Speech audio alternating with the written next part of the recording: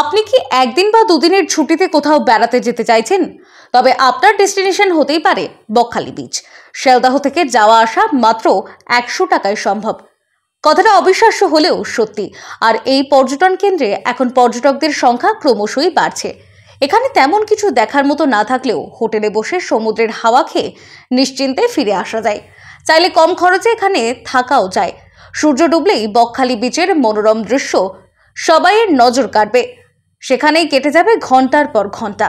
মাত্র 25 টাকা দিয়ে শিয়ালদহ স্টেশনে সকালে শিয়ালদহ থেকে নামখানা পর্যন্ত আপ অ্যান্ড ডাউন টিকিট 50 টাকায় কেটে শিয়ালদহ দক্ষিণ শাখা 7:14 নামখানা লোকাল ধরে নামখানার উদ্দেশ্যে রওনা দিলে 11টার মধ্যেই নামখানা স্টেশনে নামা সম্ভব।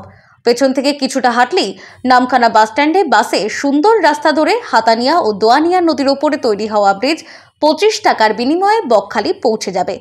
বকখালি বাস স্ট্যান্ডের কাছেই ফ্রেজারগঞ্জ বিচ, আশেপাশে প্রচুর দোকান, কয়েক শতাধিক ছোট বড় হোটেল, সুবদ্ধ তটে শুটকি মাছের বড় দোকান, দোকান ভর্তি কত রকম শুটকি মাছ।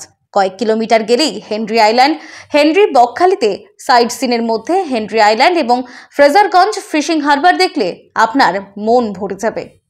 বলছি যে এত অল্প খরচের মধ্যে এই সমুদ্র সৈকত বকখালিতে, যেটা মানে কি বলে বঙ্গোপসাগরের খোলা হাওয়া এবং সমুদ্রকে খালি চোখে দেখা এবং এখানে সুন্দরবনের গাছপালাকে দেখা, সুন্দরবনে অনেক কিছু ওখানে বন্যপ্রাণী রয়েছে, সেগুলোকে দর্শন করা, এটা খুব আমাদের কাছে আজকের খুব একটা আনন্দের জায়গা।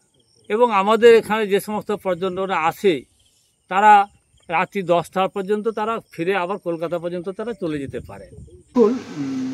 আমরা তো বিভিন্ন টুরিস্ট স্পটে গেছি, কলকাতা থেকে দীঘা, কলকাতা থেকে পুরী, কলকাতা থেকে মন্দারমণি, কলকাতা থেকে আরও অন্যান্য জায়গায়। সেই জায়গায় আমি দেখেছি যে আমাদের কলকাতা থেকে বকখালি যদিও রাস্তাটা আছে প্রায় 137 কিলোমিটার, কিন্তু যাতায়াতের যে খরচটা অত্যন্ত সীমিত, প্রায় 100 টাকায় কিন্তু আমরা যাতায়াত করতে পারছি।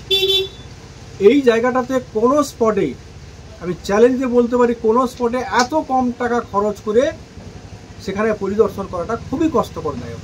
সেই জায়গায় কিন্তু আমার বকখালি সেটা দেয় মাত্র 100 টাকায়। বকখালিতে এসে ঘুরে আবার চলে যাওয়া যায়।